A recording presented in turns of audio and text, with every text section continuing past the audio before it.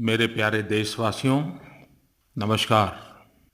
कल 29 अगस्त को हॉकी के जादूगर ध्यानचंद जी की जन्मतिथि है। यह दिन पूरे देश में राष्ट्रीय खेल दिवस के रूप में मनाया जाता है। मैं ध्यानचंद जी को श्रद्धांजलि देता हूँ और इस अवसर पर आप सभी को उनके योगदान की याद भी दिलाना चाहता हूँ।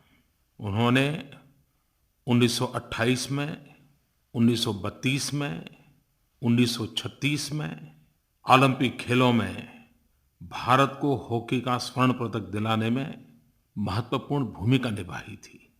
हम सभी क्रिकेट प्रेमी ब्रैडमैन का नाम जानते हैं। उन्होंने ध्यानचंद जी के लिए कहा था, he scores goals like runs. Dhyan Chand ji sportsman spirit और देशभक्ति की एक जीती जागती मिसाल थे। एक बार कोलकाता में एक मैच के दौरान एक विपक्षी खिलाड़ी ने ध्यानचंद जी के सर पर हॉकी मार दी। उस समय मैच खत्म होने में सिर्फ 10 मिनट बाकी था और ध्यानचंद जी ने उन 10 मिनट में 3 गोल कर दिए और कहा कि मैंने चोट का बदला गोल से दे दिया। मेरे प्यारे देशवासियों, वैसे जब भी मन की बात का समय आता है तो माय गॉव पर या नरेंद्र मोदी ऐप पर अनेक सुझाव आते हैं, विविधता से भरे हुए होते हैं। लेकिन मैंने देखा कि इस बार तो ज़्यादातर हर किसी ने मुझे आग्रह किया कि रियो ओलंपिक के संबंध में आप जरूर कुछ बातें करें। सामान्य नागरिक का रियो ओलंपिक के प्रति इतना लगाव, इतनी जागरूकता और देश के प्रधानमंत्री पर दबाव करना कि इस पर कुछ बोलो, मैं इसको एक बहुत सकारात्मक देख रहा हूँ। क्रिकेट के बाहर भी भारत के नागरिकों में और खेलों के प्रति भी इतना प्यार है, इतनी जागरूकता है और इतनी जानकारियाँ हैं। मेरे लिए तो ये संदेश पढ़ना ये भी एक अपने आप में बड़ा प्रेरणा का कारण बन गया।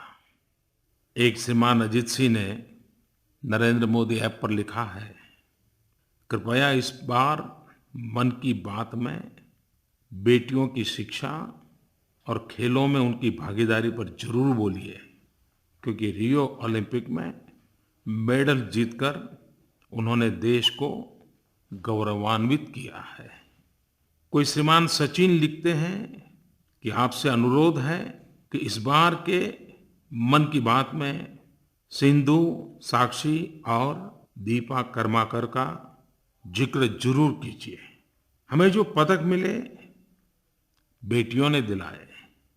हमारी बेटियों ने एक बार फिर साबित किया कि वे किसी भी तरह से किसी से भी कम नहीं है। इन बेटियों में एक उत्तर भारत से हैं, तो एक दक्षिण भारत से हैं, तो कोई पूर्व भारत से हैं, तो कोई हिंदुस्तान के किसी और कोने से हैं। ऐसा लगता है जैसे पूरे भारत की बेटियों ने देश का नाम रोशन करने का बीड़ा उठा लिया है। माय गॉव पर शिखर ठाकुर ने लिखा है कि हम ओलंपिक में और भी बेहतर कर सकते थे। उन्होंने लिखा है, आदरणीय मोदी सर, सबसे पहले रियो में हमने जो 2 मेडल जीते उसके लिए बधाई। लेकिन मैं इस और आपका ध्यान खींचना चाहता हूं कि क्या हमारा प्रदर्शन वाकई अच्छा था? और जवाब है नहीं। हमें खेलों में लंबा सफर तय करने की जरूरत है। हमारे माता पिता आज भी पढ़ाई और एकेडमिक्स पर फोकस करने पर जोर देते हैं। समाज में अभी भी खेल को समय की बर्बादी माना जाता है। हमें इस सोच को बदलने की जरूरत है। समाज को मोटिवेशन की जरूरत है और ये काम आपसे अच्छी तरह कोई नहीं कर सकता। ऐसे ही कोई श्रीमान सत्यप्रकाश मेहरा जी ने नरेंद्र मोदी ऐप पर लिखा है, मन की बात में एक्स्ट्रा करिकुलर एक्टिविटीज पर फोकस करने की जरूरत है, खास तौर से बच्चों और युवाओं को खेलों के लेकर के। एक प्रकार से यही भाव हजारों लोगों ने व्यक्त किया है। इस बात से तो इनकार नहीं किया जा सकता कि हमारी आशा के अनुरूप हम प्रदर्शन नहीं कर पाए। कुछ बातों में तो ऐसा भी हुआ कि जो हमारे खिलाड़ी भारत में प्रदर्शन करते थे, यहाँ के खेलों में जो प्रदर्शन करते थे, वो वहाँ तक भी नहीं पहुँच पाए। और पदक तालिका में तो सिर्फ 2 ही मेडल मिले हैं। लेकिन ये भी सही है कि पदक न मिलने के बावजूद भी अगर ज़रा गौर से देखें तो कई विषयों में पहली बार भारत के खिलाड़ियों ने काफ़ी अच्छा कर्तव्य भी दिखाया है। अब देखिए, शूटिंग के अंदर हमारे अभिनव बिंद्रा जी ने वे चौथे स्थान पर रहे और बहुत ही थोड़े से अंतर से वो पदक चूक गए। जिम्नास्टिक में दीपा कर्माकर ने भी कमाल कर दी, वो चौथे स्थान पर रही।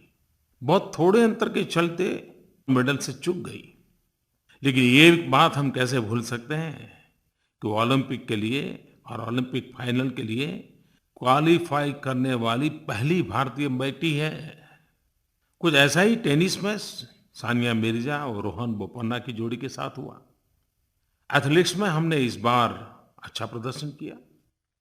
पीटी उषा के बाद 32 साल में पहली बार ललिता बाबर ने ट्रैक फील्ड फाइनल्स के लिए क्वालीफाई किया। आपको जानकर के खुशी होगी, 36 साल के बाद महिला हॉकी टीम ओलंपिक तक पहुंची। पिछले 36 साल में पहली बार मेंस हॉकी नॉकआउट स्टेज तक पहुंचने में कामयाब रही। हमारी टीम काफी मजबूत है और मजेदार बात यह है कि अर्जेंटीना जिसने गोल्ड जीता वो पूरी टूर्नामेंट में एक ही मैच हारी और हराने वाला कौन था? भारत के खिलाड़ी थे। आने वाला समय निश्चित रूप से हमारे लिए अच्छा होगा। बॉक्सिंग में विकास कृष्ण यादव क्वार्टर फाइनल्स तक पहुंचे लेकिन ब्रांज नहीं पा सके। कई खिलाड़ी, जैसे उदाहरण के लिए अदिति अशोक, दत्तू भोकनल, अतनु दास, कई नाम हैं जिनके प्रदर्शन अच्छे रहे। लेकिन मेरे प्यारे देशवासियों, हमें बहुत कुछ करना है। लेकिन जो करते आए हैं वैसा ही करते रहेंगे तो शायद हम फिर निराश होंगे। मैंने एक कमेटी की घोषणा की है। भारत सरकार इन हाउस इसकी गहराई में जाएगी, दुनिया में क्या क्या प्रैक्टिसेस हो रही है उसका अध्ययन करेगी, हम अच्छा क्या कर सकते हैं उसका रोड मैप बनाएगी।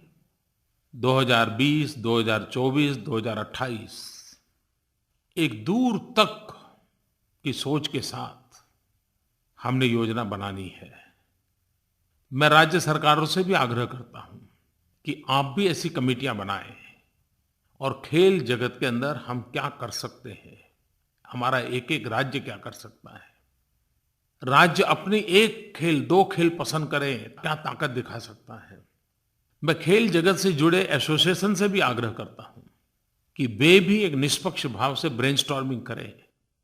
और हिंदुस्तान में हर नागरिक से भी मैं आग्रह करता हूं कि जिसको भी उसमें रुचि है वो मुझे नरेंद्र मोदी ऐप पर सुझाव भेजें, सरकार को लिखें, एसोसिएशन चर्चा कर करके अपने मेमोरेंडम सरकार को दे, राज्य सरकारें चर्चाएं कर करके अपने सुझाव भेजें। लेकिन हम पूरी तरह तैयारी करें और मुझे विश्वास है कि हम जरूर 125 करोड़ देशवासी, 65% युवा जनसंख्या वाला देश, खेल की दुनिया में भी बेहतरीन स्थिति प्राप्त करें, इस संकल्प के साथ आगे बढ़ना है। मेरे प्यारे देशवासियों, 5 सितंबर शिक्षक दिवस है।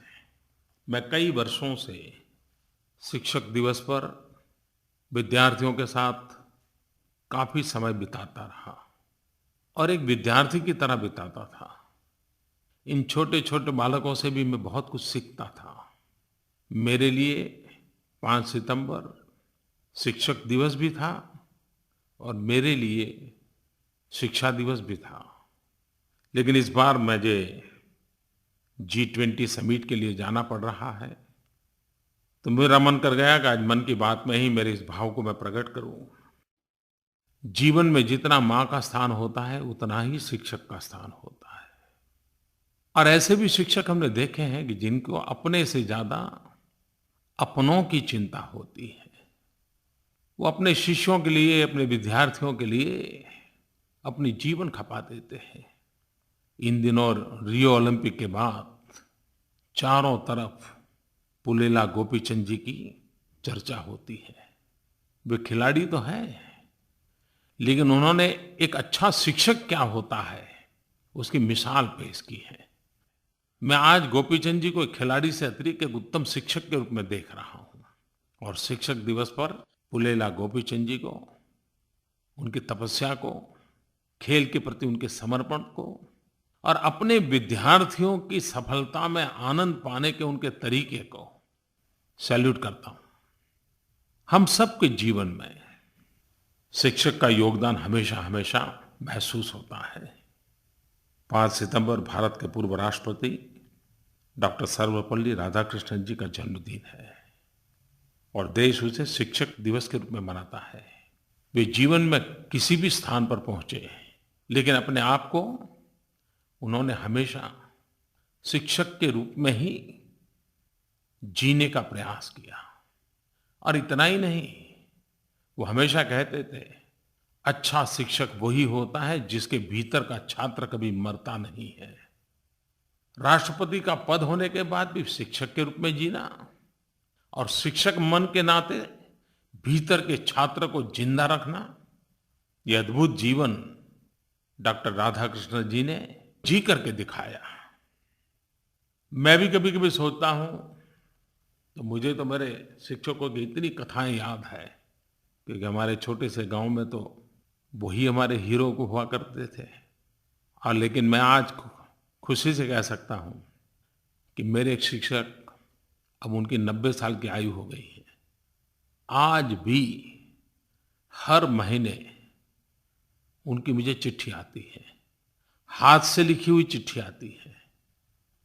महीने भर में उन्होंने जो किताबें पढ़ी हैं उसका कहीं न कहीं जिक्र आता है, कोटेशंस आता है। महीने भर मैंने क्या किया, उनकी नज़र में वो ठीक था नहीं था। जैसे आज भी मुझे क्लासरूम में वो पढ़ाते हो, वे आज भी मुझे एक प्रकार से कॉरेस्पॉन्डेंस कोर्स करा रहे हैं। और 90 साल की आयु में भी उनके जो हैंडराइटिंग्स हैं, मैं तो आज भी हैरान हूँ कि इस अवस्था में भी इतने सुंदर अक्षरों से वो लिखते हैं। और मेरे स्वयं के अक्षर बहुत ही खराब है। इसके कारण जब भी मैं किसी के अच्छे अक्षर देखता हूँ तो मेरे मन में आदर बहुत ज़्यादा ही हो जाता है। जैसे मेरे अनुभव हैं, आपके भी अनुभव होंगे।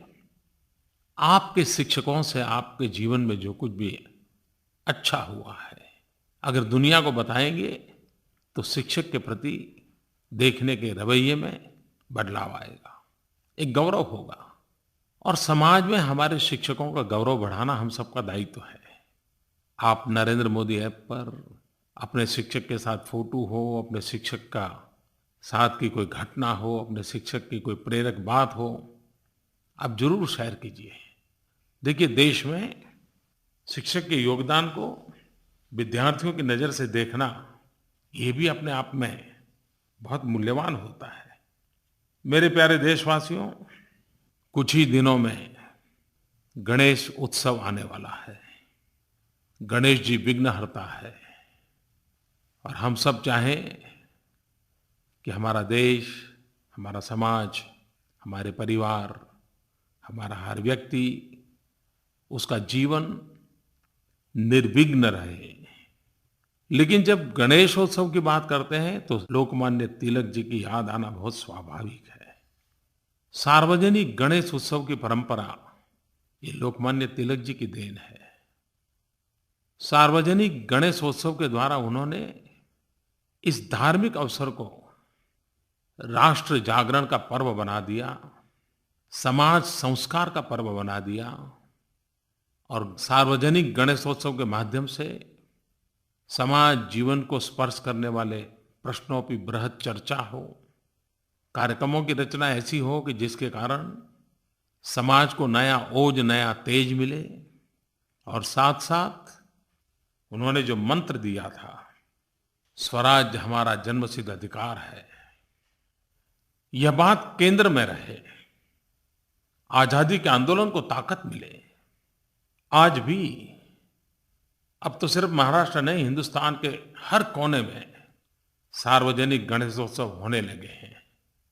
सारे नौजवान इसे करने के लिए काफ़ी तैयारियां भी करते हैं, उत्साह भी बहुत होता है। और कुछ लोगों ने अभी भी लोकमान्य तिलक जी ने जिस भावना को रखा था, उसका अनुसरण करने का भरपूर प्रयास भी किया है।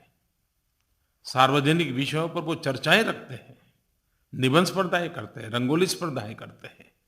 उसकी जो झांकियां होती हैं, उसमें भी समाज को स्पर्श करने वाले इश्यूज को बड़े कलात्मक ढंग से उजागर करते हैं। एक प्रकार से लोक शिक्षा का बड़ा अभियान सार्वजनिक गणेशोत्सव के द्वारा चलता है। लोकमान्य तिलक जी ने हमें स्वराज हमारा जन्मसिद्ध अधिकार है, ये प्रेरक मंत्र दिया। लेकिन हम आजाद हिंदुस्तान में हैं। क्या सार्वजनिक गणेशोत्सव स्वराज हमारा अधिकार है? हम स्वराज की ओर आगे बढ़े, स्वराज हमारी प्राथमिकता हो, इस मंत्र को लेकर के हम सार्वजनिक गणेशोत्सव से संदेश नहीं दे सकते हैं क्या? आइए, मैं आपको निमंत्रण देता हूं। ये बात सही है कि उत्सव समाज की शक्ति होता है। उत्सव व्यक्ति और समाज के जीवन में नए प्राण भरता है। उत्सव के बिना जीवन असंभव होता है। लेकिन समय की मांग के अनुसार उसको ढालना भी पड़ता है। इस बार मैंने देखा है कि मुझे कई लोगों ने खास करके गणेशोत्सव और दुर्गा पूजा, उन चीजों पर काफी लिखा है और उनको चिंता हो रही है पर्यावरण की। कोई श्रीमान शंकर नारायण प्रशांत करके हैं, उन्होंने बड़े आग्रह से कहा है कि मोदी जी, आप मन की बात में लोगों को समझाइए कि प्लास्टर ऑफ पेरिस से बनी हुई गणेश जी की मूर्तियों का उपयोग न करें। क्यों न गांव के तालाब की मिट्टी से बने हुए गणेश जी का उपयोग न करें। पीओपी की बनी हुई प्रतिमाएं पर्यावरण के लिए अनुकूल नहीं होती हैं। उन्होंने तो बहुत पीड़ा व्यक्त की है और उन्होंने भी की है।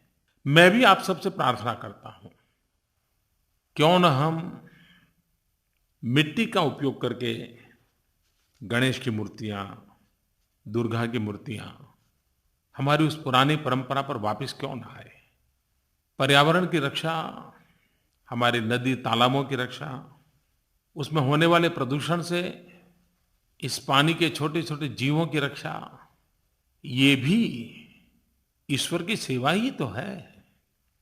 गणेश जी विघ्न हरता है, तो हमें ऐसे गणेश जी नहीं बनाने चाहिए जो विघ्न पैदा करें। मैं नहीं जानता हूं मेरी इन बातों को आप किस रूप में लेंगे, लेकिन ये सिर्फ मैं नहीं कह रहा हूं, कई लोग हैं और मैंने कईयों के विषय में कई बार सुना है। पुणे के एक मूर्तिकार श्रीमान अभिजीत धोड़फले, कोल्हापुर की संस्थाएं निसर्ग मित्र, विज्ञान प्रबोधिनी, विदर्भ क्षेत्र में निसर्ग कट्टा, पुणे की ज्ञान प्रबोधिनी, मुंबई के गिरगावाचा राजा, ऐसी अनेक विद संस्थाएं, व्यक्ति मिट्टी के गणेश के लिए बहुत मेहनत करते हैं, प्रचार भी करते हैं।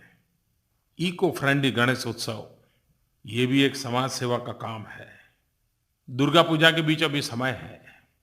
अभी हम तय करें कि हमारे उन पुराने परिवार जिस मूर्तियां बनाते थे, उनको भी रोजगार मिलेगा, और तालाब या नदी की मिट्टी से बनेगा तो फिर से उसमें जाकर के मिल जाएगा, तो पर्यावरण की भी रक्षा होगी। आप सबको गणेश चतुर्थी की बहुत बहुत शुभकामनाएं देता हूं। मेरे प्यारे देशवासियों, भारत रत्न मदर टेरेसा, 4 सितंबर को मदर टेरेसा को संत की उपाधि से विभूषित किया जाएगा। मदर टेरेसा ने अपना पूरा जीवन भारत में गरीबों की सेवा के लिए लगा दिया था। उनका जन्म तो अल्बानिया में हुआ था, उनकी भाषा भी अंग्रेजी नहीं थी, लेकिन उन्होंने अपने जीवन को ढाला, गरीबों की सेवा के योग्य बनाने के लिए भरपूर प्रयास किए। जिन्होंने जीवन भर भारत के गरीबों की सेवा की हो, ऐसी मदर टेरेसा को जब संत की उपाधि प्राप्त होती है तो सब भारतीयों को गर्व होना बड़ा स्वाभाविक है। 4 सितंबर को ये जो समारोह होगा, उसमें 125 करोड़ देशवासियों की तरफ से भारत सरकार, हमारी विदेश मंत्री सुषमा स्वराज की अगुवाई में एक आधिकारिक प्रतिनिधिमंडल भी वहाँ भेजेगी। संतों से, ऋषियों से, मुनियों से, महापुरुषों से हर पल हमें कुछ न कुछ सीखने को मिलता ही है। हम कुछ न कुछ पाते रहेंगे, सीखते रहेंगे और कुछ न कुछ अच्छा करते रहेंगे। मेरे प्यारे देशवासियों, विकास जब जन आंदोलन बन जाए तो कितना बड़ा परिवर्तन आता है। जनशक्ति ईश्वर का ही रूप माना जाता है। भारत सरकार ने पिछले दिनों 5 राज्य सरकारों के सहयोग के साथ स्वच्छ गंगा के लिए, गंगा सफाई के लिए लोगों को जोड़ने का एक सफल प्रयास किया। इस महीने की 20 तारीख को इलाहाबाद में उन लोगों को निमंत्रित किया गया कि जो गंगा के तट पर रहने वाले गांवों के प्रधान थे, पुरुष भी थी, महिलाएं भी थी।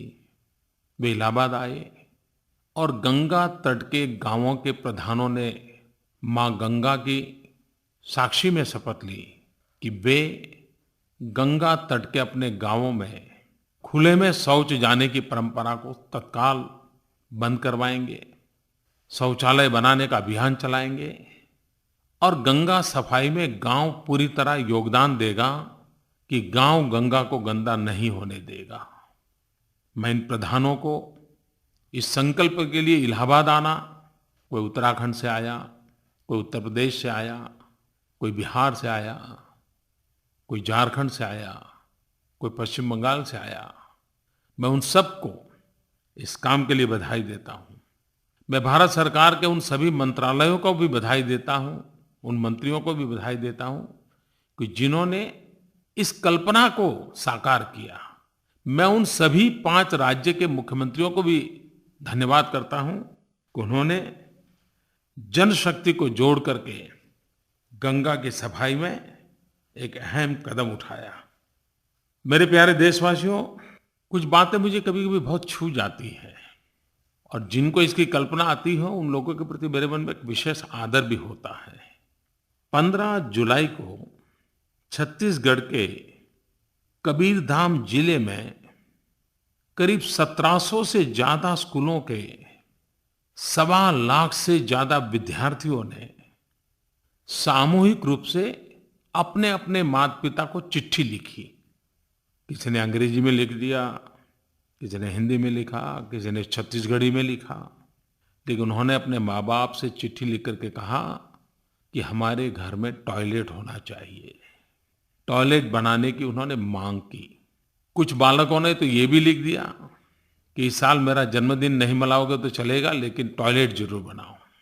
7 से 17 साल की उम्र के इन बच्चों ने इस काम को किया और इसका इतना प्रभाव हुआ, इतना इमोशनल इम्पैक्ट हुआ कि चिट्ठी पाने के बाद जब दूसरे दिन स्कूल आया तो माँ बाप ने उसको एक चिट्ठी पकड़ा दी टीचर को देने के लिए और उसमें माँ बाप ने वादा किया था कि फलानी तारीख तक वे टॉयलेट बनवा देंगे। जिसको ये कल्पना आई उनको भी अभिनंदन, जिन्होंने प्रयास किया उन विद्यार्थियों को अभिनंदन और उन माता पिता को विशेष अभिनंदन कि जिन्होंने अपने बच्चे की चिट्ठी को गंभीर लेकर के टॉयलेट बनाने का काम करने का निर्णय कर लिया। यही तो है जो हमें प्रेरणा देता है। कर्नाटक के कोप्पाल जिला, इस जिले में 16 साल की उम्र की एक बेटी मल्लाम्मा, इस बेटी ने अपने परिवार के खिलाफ ही सत्याग्रह कर दिया। वो सत्याग्रह पर बैठ गई। कहते हैं कि उन्होंने खाना भी छोड़ दिया था और वो भी खुद के लिए कुछ मांगने के लिए नहीं, कोई अच्छे कपड़े लाने के लिए नहीं, कोई मिठाई खाने के लिए नहीं। बेटी मल्लाम्मा की जिद ये थी कि हमारे घर में टॉयलेट होना चाहिए। अब परिवार की आर्थिक स्थिति नहीं थी, बेटी जिद पर अड़ी हुई थी, वो अपना सत्याग्रह छोड़ने को तैयार नहीं थी। गांव के प्रधान मोहम्मद शाफी, उनको पता चला कि मल्लाम्मा ने टॉयलेट के लिए सत्याग्रह किया है। तो गांव के प्रधान मोहम्मद शाफी की भी विशेषता देखिए कि उन्होंने 18,000 रुपये का इंतजाम किया और 1 सप्ताह के भीतर-भीतर टॉयलेट बनवा दिया। ये बेटी मल्लामा की जीत की ताकत देखिए और मोहम्मद शाफी जैसे गांव के प्रधान देखिए, समस्याओं के समाधान के लिए कैसे रास्ते खोजे जाते हैं। यही तो जनशक्ति है। मेरे प्यारे देशवासियों, स्वच्छ भारत ये हर भारतीय का सपना बन गया है। कुछ भारतीयों का संकल्प बन गया है। कुछ भारतीयों ने इसे अपना मकसद बना लिया है। लेकिन हर कोई किसी न किसी रूप में इससे जुड़ा है। हर कोई अपना योगदान दे रहा है। रोज खबरें आती रहती हैं, कैसे कैसे नए प्रयास हो रहे हैं। भारत सरकार में एक विचार हुआ है और लोगों से आह्वान किया है कि आप 2 मिनट 3 मिनट की स्वच्छता की एक फिल्म बनाइए। ये शॉर्ट फिल्म भारत सरकार को भेज दीजिए। वेबसाइट पर आपको इसकी जानकारियाँ मिल जाएगी। उसकी स्पर्धा होगी और 2 अक्टूबर गांधी जयंती के दिन जो विजयी होंगे उनको इनाम दिया जाएगा। मैं तो टीवी चैनल वालों को भी कहता हूँ कि आप भी ऐसी फिल्मों के लिए आह्वान करके स्पर्धा करिए। क्रिएटिविटी भी स्वच्छता अभियान को एक ताकत दे सकती है। नए स्लोगान मिलेंगे, नए तरीके जानने को मिलेंगे, नई प्रेरणा मिलेगी और ये सब कुछ जनता जनार्दन की भागीदारी से, सामान्य कलाकारों से। और ये जरूरी नहीं कि फिल्म बनाने के लिए बड़ा स्टूडियो चाहिए और बड़ा कैमरा चाहिए। अरे आजकल तो आपने मोबाइल फ़ोन के कैमरा से भी आप फिल्म बना सकते हैं। आइए, आगे बढ़िए, आपको मेरा निमंत्रण है। मेरे प्यारे देशवासियों, भारत की हमेशा हमेशा एक कोशिश रही है कि हमारे पड़ोसियों के साथ हमारे संबंध गहरे हो, हमारे संबंध सहज हो, हमारे संबंध जीवंत हो। एक बहुत बड़ी महत्वपूर्ण बात पिछले दिनों हुई।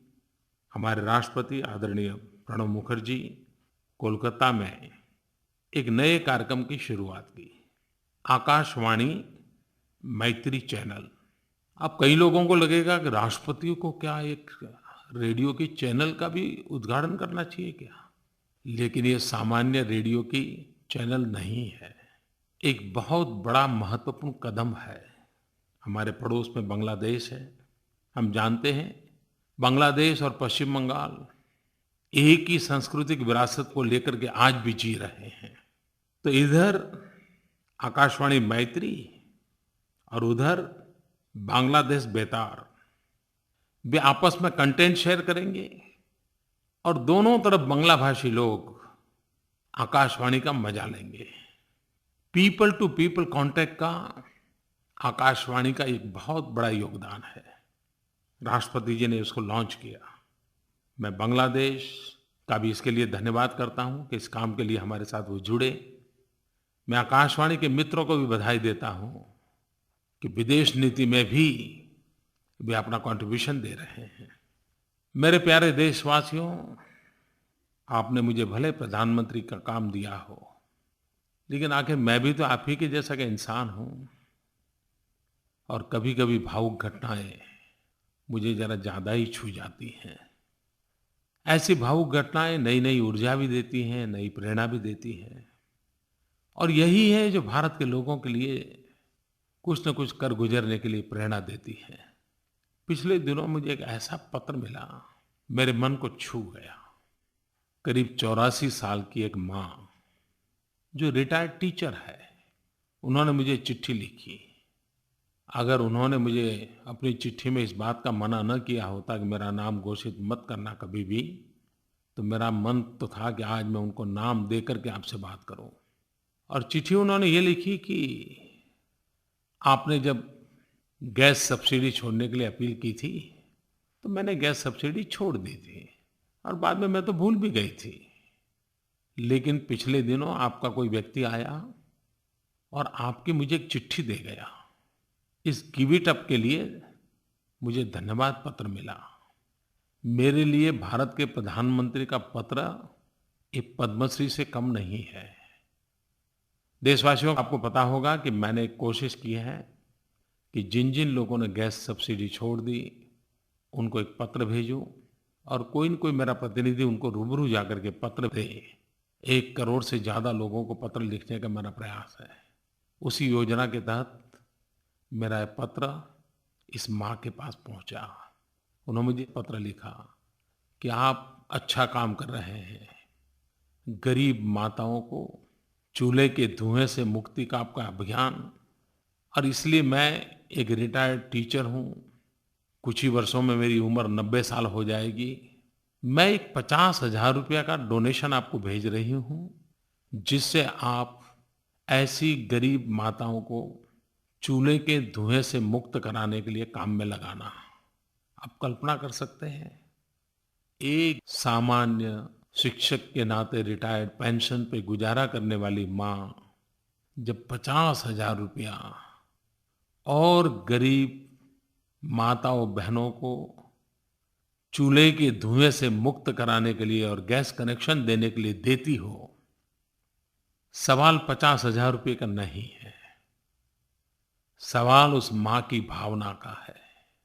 और ऐसी कोटि-कोटि माँ बहनें, उनके आशीर्वाद ही हैं जिससे मेरा देश के भविष्य के लिए भरोसा और ताकतवर बन जाता है।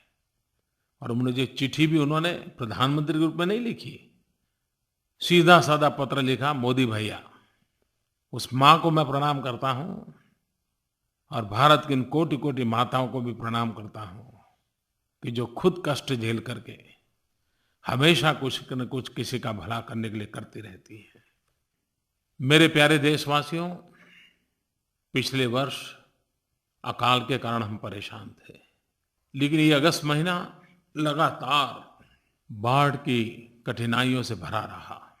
देश के कुछ हिस्सों में बार-बार बाढ़ आई। राज्य सरकारों ने, केंद्र सरकार ने, स्थानीय स्वराज संस्था की इकाइयों ने, सामाजिक संस्थाओं ने, नागरिकों ने जितना भी कर सकते हैं करने का पूरा प्रयास किया। लेकिन इन बाढ़ की खबरों के बीच भी कुछ ऐसी खबरें भी रही जिसका ज़्यादा स्मरण होना जरूरी था। एकता की ताकत क्या होती है, साथ मिलकर के चलें तो कितना बड़ा परिणाम मिल सकता है, ये इस वर्ष का अगस्त महीना याद रहेगा।